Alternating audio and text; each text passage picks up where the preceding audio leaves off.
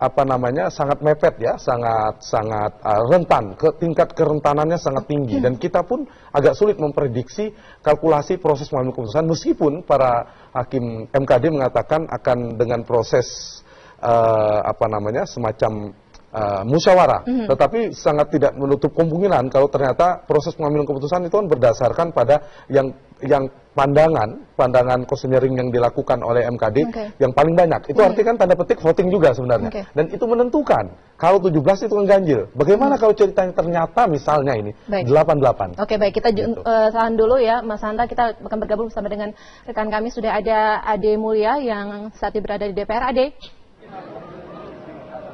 Ade. Iya, Alvita. Ya, Ade, silakan. Apa yang sedang terjadi di sana?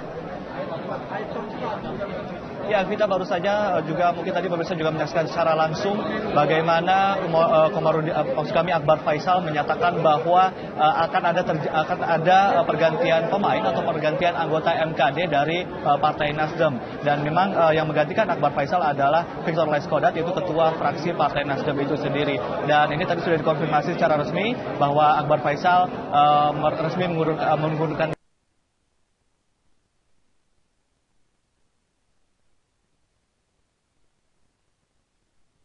sangat cair dan masih sangat cepat berubah begitu. Dan untuk itu kita akan berbincang juga bersama Pak Komarudin Watubun. Beliau adalah Badan Bidang Kehormatan dari Partai Demokrasi Indonesia Perjuangan atau PDIP. Selamat sore Bang Komarudin, dan juga ada Romo Beni di sini. Selamat sore Romo Beni.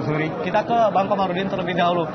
Bang Komarudin kan ini dari Badan Bidang Kehormatan PDIP. Bicara soal kehormatan yang dipertontonkan oleh rekan-rekan MKD ini apa? Ya, MKD itu untuk kehormatan, tapi prosesnya tidak terhormat. Tidak terhormat. Ya, karena itu sudah dicampur adukan soal politik, etika di situ. Semua rakyat Indonesia hari ini, termasuk Pak Romo, ini punya perhatian terhadap masalah karena Pak Novanto itu memikul etik publik ada di sana. Karena ketua DPR-nya itu. Kalau etik pribadi tidak ada orang mempersoalkan. Nah, kalau kita lihat dari segi etik, yang melanggar etik harusnya dia turun. Itulah sikap kita kemarin juga 30 anggota lebih menyampaikan dengan baik, sebaiknya beliau turun dengan terhormat. Suara PDIP bulatkah di dalam atau bagaimana? Ya, karena masih abu-abu ini disinyalir. Saya sebagai ketua bidang kehormatan untuk juga memantau teman-teman di dalam dengan desas-desus PDI Perjuangan. Begini di sini saya pastikan bahwa PDI Perjuangan harus pegang teguh kepada kode etik. Ada instruksi resmi dari Ibu Mega? Ya pasti, Ibu Mega tegak lurus. Ya. Nah di situ tapi kan ini hanya soal cara, ada yang soft, ada yang PDI Perjuangan lebih soft. Kenapa tidak berusaha sekeras Nasdem misalnya? Bagaimana? Kenapa tidak berusaha juga dengan keras begitu? Berusaha keras bagaimana? Berusaha dengan, Anda tadi mencoba dengan soft, katanya ada yang dengan keras, tapi PDIP dengan soft. Kita pastikan bahwa anggota kita clear untuk menang. Jadi tidak perlu memanfaatkan panggung untuk kepentingan politik, tapi kepentingan etik yang kita mau kemukakan. Baik, kita ke Romo Beni. Romo Beni ini juga pasti ada usaha-usaha, mungkin ada orang yang kemudian mencari perhatian publik, lalu kemudian juga ada akrobat-akrobat politik di dalam. Ini kan sebetulnya adalah sidang etik, lalu kemudian jadi sidang politik. Ini bagaimana Romo Beni? Ya, pertama saya menyayangkan ya bahwa anggota MKD tidak paham etika. Etika itu kan menyangkut kepantasan, moralitas, dan perilaku seorang politik yang diatur dalam pasal Undang-Undang MKD sendiri. Tugas mereka memang mengawasi anggota dewan atau perilakunya itu tidak menyimpang dari norma-norma. Lah dari dua alat bukti sudah jelas itu penyimpangan etika. Tetapi ketika sidang ini digeser menjadi bergening politik, politik diudes, tawar-menawar, dan kekuatan kapital di situ masuk, maka terjadilah pertarungan yang tidak bermoralitas. Jadi ini disebut banalisme. Oke, bicara soal moral, bicara soal etik, apakah wajar jika itu di voting? Ya tidak bisa, artinya gini loh. Artinya kalau anggota MKD punya kepantasan, dia punya etika dan suara hati, ya jelas sudah tidak bisa lagi di voting gitu loh. Tapi ketika ini masuk dalam melindungi salah satu orang dan demi satu orang menggalakkan segala cara, maka terjadi kegaduhan ini. Kegaduhan ini merupakan simbol hancurnya keadaban politik di dalam MKD-nya karena anggota MKD tidak memahami apa itu etika. Jadi etika itu adalah sebuah kepatuhan, perintah, kewajiban. Yang baik harus dilakukan, yang jelek harusnya tidak dilakukan. Sebenarnya publik berharap itu, maka yang namanya orang politik itu harus punya etika, karena ini menyangkut kepantasan publik. Ini bukan persoalan pribadi, tapi persoalan publik, gitu loh. Habis sudah citra DPR. Oh, sudah habis, sudah publik, sempurna. ya? Jadi ini keadaban parlemen hancur dengan sempurna. Karena publik berharap sebenarnya mencintai DPR. Dengan memulihkan anggota MKD, kalau MKD bekerja secara etik, dia akan mengangkat martabatnya DPR. Tapi kalau MKD bermain-main manipulatif dengan argumentasi, kemudian terjadi kegaduhan, berarti dia membunuh DPR sebagai lembaga terhormat, simbolnya. Dalam komunikasi itu terlalu simbolik. Makna simbolik adalah kita lembaga. Jadi kita harus menyelamatkan lembaganya, bukan orangnya. Tapi balik di sini adalah orang menyelamatkan orangnya, bukan lembaganya. Demi satu orang, lembaga itu hancur. Nah, ini berarti moralitas politiknya dipertanyakan. Jadi menurut saya harusnya anggota yang masuk di MKD itu sudah lepas dari baju kepentingan politik. Baik. Dia penegak moralitas, bukan berpolitik. Ya, baik Romo Beni, kita ke Bang Komarudin. Ini dari beberapa anggota di MKD di dalam sana masih saja berkutat dalam soal legal standing alat bukti. Anda sendiri ingin berkomentar apa soal itu? Ya, tadi yang disampaikan Romo kan, karena ini bukan lagi sidang etik, ini masuk di politik, makanya akrobat jalan di sana. Kalau kode etik mestinya sudah selesai jauh-jauh hari, setengah jam itu selesai. Ini kan di tatip DPR, di MD3 sudah atur anggota DPR tidak lakukan ini. Ya, kalau perbuatan ini bertentangan atau tidak, kalau bertentangan ya sudah selesai. Tetapi ketika masuk di arena politik itu menjadi masalah. Tadi ditanya soal, memang ada juga pandangan di teman-teman di MKD bahwa di balik ini ada gunung es, ya, termasuk Pak Maruf. Kepentingan apa dia mau rekam itu? Tapi kan harus dipisahkan. Kita selesaikan dulu Pak Novanto persoalan etik, kita hajar lagi yang di belakang. Saya sebagai wakil dari Papua juga tersinggung melihat di sini orang Papua menderita, meninggal di sana, kehadiran Freeport bikin susah mereka. Orang Jakarta, teman pejabat-pejabat Jakarta rebutan tulang-tulang benulang itu di Papua. kemudian kita mengundang Bang Komarudin di sini karena punya makna strategis dan simbolis begitu dalam komunikasi, karena Bang Komarudin ini juga dapilnya adalah Papua. Tempat di mana saat ini orang-orang sedang berakrobat. Bukan saja dapil Papua, saya 15 tahun jadi pimpinan DPR di kota dan 10 tahun di provinsi baru saya ke sini. Tapi kita teman-teman yang dapil Papua ini lagi nonton, ya, nonton ini apa, akrobat apa ini.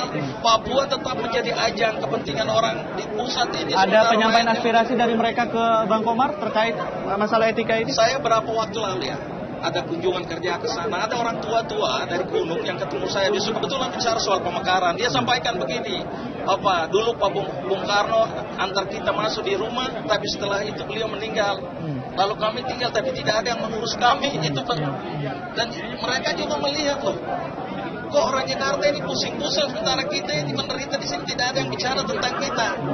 Ini yang, tapi tadi kembali ke otak, kalau hati tidak bicara, otak yang bicara penuh kebohongan, penuh manipulasi seperti yang terjadi hari ini. Oke, kemarin juga kita melihat sendiri bahwa Bang Komarudin juga ikut menggalang 31 orang yang menyatakan memasang pita hitam safe DPR, begitu ya, menyatakan sikap politiknya. Kemarin saya menggalang itu karena di publik seolah-olah PD Perjuangan tidak mendukung untuk menurunkan Pak Novanto.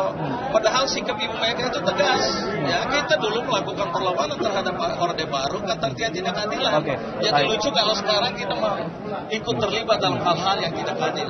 Nah, oleh karena itu kemarin saya galang, karena hari ini kehadiran saya di sini juga pesan kepada seluruh warga PD Perjuangan bahwa kita tetap tegak lurus. Baik, dengan suara masih secara partai juga secara bulat begitu untuk mendukung Setia Novanto mundur begitu ya. Kalau tidak saya akan koreksi juga teman-teman wakil di sini secara etika juga di partai. Oke, kita ke Romo Beni. Romo Beni, ini kan kemarin teman-teman menggalang aksi dari DPR. Apa yang sebetulnya bisa dilakukan oleh teman-teman DPR di luar dari MKD ini bisa melakukan apa? Sebenarnya kan apa yang dilakukan anggota DPR itu untuk menyelamatkan wajah parlemen yang sudah hancur gitu loh.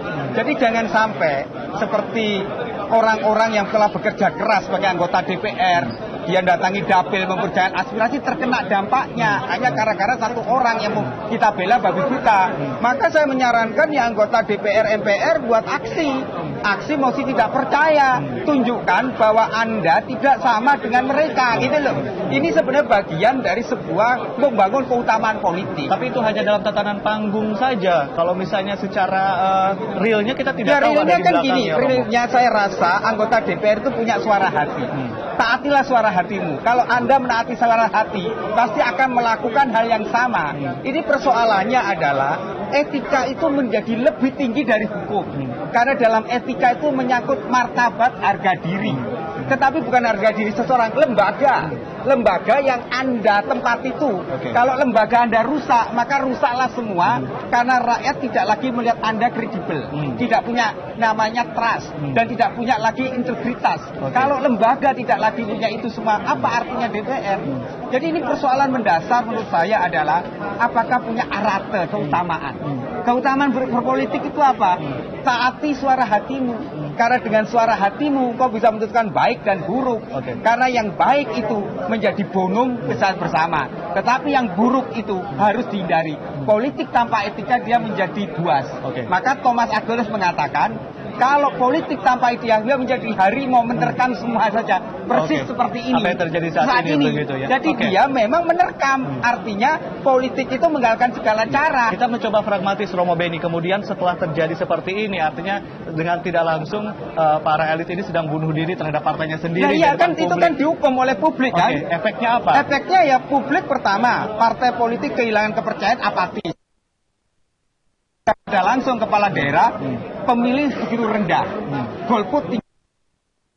Partai dukung terus-menerus itu dihukum kan, kehilangan 14 juta suara. Jadi rakyat ini nggak diam. PDI dan Nasdem diuntungkan karena konsisten itu. Jadi kalau PDI main-main, Nasdem main, dia dihukum oleh rakyat. Jadi kalau kita melihat rakyat itu tidak bodoh. Kedua, agenda setting tidak lagi ditentukan elit dan media, tapi oleh perorangan. Jadi perorangan dengan kebebasan kemerdekaan punya common sense. Ketika common sense mereka itu di mata mereka bahwa ini yang salah dibenarkan, dia melawan. Gerakan melawan itulah yang menjadi gerakan rakyat yang menjadi gerakan mosi. Jadi jangan main-main sekarang ini. Kalau Anda main-main, Anda digulung oleh peradaban dan partai itu akan terkena stigmanya. Romo Beni bicara soal pergerakan, ini kita akan memantau pergerakan massa yang ada di luar gedung DPR dan Rifai Pamone akan melaporkan langsung untuk Anda pemirsa bagaimana situasi di luar sana. Rifai Pamone, silakan laporan Anda.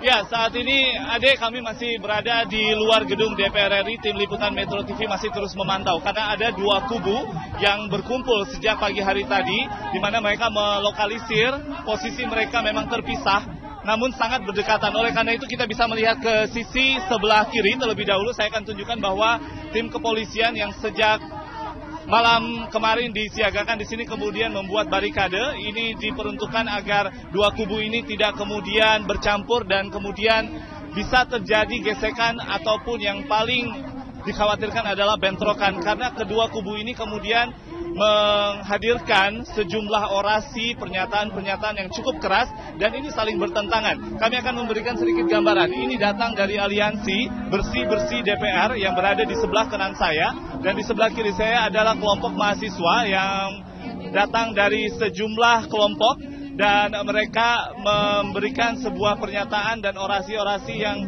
lebih banyak mendiskreditkan keberadaan Presiden dan Wakil Presiden Joko Widodo dan juga Yusuf Kala. Mereka bahkan terang-terangan menginginkan untuk mencabut mandat terhadap Jokowi JK karena adanya sebuah bentuk kegagalan. Namun yang disampaikan oleh aliansi dari Bersih-Bersih DPR ini cukup berbeda. Mereka langsung menyoroti tentang apa yang tengah terjadi di dalam gedung DPR RI saat ini terkait dengan adanya sidang putusan yang akan segera berlangsung dan masih diskusi oleh Mahkamah Kehormatan Dewan. Ada teman-teman dari aliansi Bersih-Bersih DPR, ada Mas Fahri di sini. Mas Fahri, dari juru bicara teman-teman aliansi DPR RI, tuntutan apa yang paling mengemuka Anda sampaikan? Tuntutan kita yang pertama, mendesak MKD agar segera merekomendasikan Setia Novanto ke jalur hukum karena telah melanggar kode etik sebagai anggota DPR RI. Harusnya sebagai anggota DPR RI hanyalah cukup sebagai kontrol dan budgeting, tetapi saat ini Setia Novanto sudah melebar ke arah lobi-lobi usaha untuk kepentingan pribadinya. Baik. Kalau secara prosedural, teman-teman yang berkumpul dari aliansi Bersih-Bersih DPR ini, kami lihat dari tadi cukup terpancing emosinya karena ada kubu lain yang berdemonstrasi di sisi yang berbeda. Apa yang terjadi sebenarnya? Karena sebetulnya kita sudah mengawal kasus ini selama 3 minggu berturut-turut, sedangkan mereka hanya mengawal 1 minggu, hanya baru hari ini mereka turun ke jalan. Tetapi sudah memprovokasi kita. Untuk itu kita agak sedikit tidak senang terhadap mereka. Oke. Ya. Tadi saya mendengar ada beberapa orator di sini menyebut bersiap-siap dengan batu, bersiap-siap dengan kayu. Apakah ini sebenarnya arahan yang seharusnya kan tidak dilakukan agar aksi ini tetap damai? Ya, kita tetap menjaga, kita tidak akan terprovokasi sampai adanya keributan. Jadi itu jaminan ya? Ya, itu jaminan. Kita terus mengawal bahwa MKD harus bisa mengusut tuntas untuk ke jalur hukum. Setia Novanto harus dibawa ke jalur hukum KPK, Polri, dan Kejagung. Sekali lagi, kepada MKD yang masih menskorsing sidang sehingga saat ini, apa tuntutan atau harapan dari teman-teman? Harus segera mencopot Setia Novanto. Oke. Jadi sanksinya bukan lagi sedang, tetapi sanksi berat menurut teman-teman? Sanksi berat, karena sudah bukan 1 kali ini aja. Yang pertama, mereka menghadiri kampanye Capres Donald Trump di Amerika. Dan mereka juga menggadaikan suara rakyat. Baik, terima kasih banyak Mas Fahri. Kami harapkan jaminan yang disampaikan oleh juru bicara dari Aliansi Bersih-Bersih DPR RI ini juga akan terus terjadi meski saat ini seluruh kubu yang datang dari aliansi yang berbeda, dari mahasiswa, mereka menyatakan diri sebagai perwakilan mahasiswa, sudah menyatakan beberapa hal yang berbeda. Kami akan tunjukkan sedikit sebelum mengembalikannya kepada Ade Mulya. Saat ini perwira kepolisian yang ditunjuk sebagai penanggung jawab pengamanan tengah melakukan sebuah bentuk pernyataan agar bisa mendinginkan suasana, karena sejak tadi dua kubu ini berorasi dengan nada-nada yang provokatif, dan kita tentunya berharap dari apa yang disampaikan oleh pihak kepolisian ini tentunya bisa mendinginkan suasana dan jalannya aksi ini tetap bisa berjalan damai. Ade Mulya.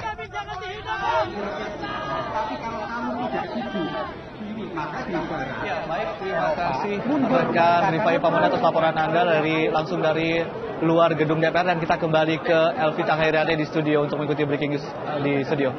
Baik, terima kasih Ade Mulya. Nanti kita akan kembali lagi kepada Anda. Kita akan melihat bagaimana perkembangan dari gedung DPR sendiri. Apakah sidang akan segera dimulai atau masih harus menunggu lagi bagaimana keputusannya pergantian anggota dari Partai Nasdem untuk anggota MKD sendiri. Kita akan jeda dulu pemirsa, tetaplah bersama dengan kami.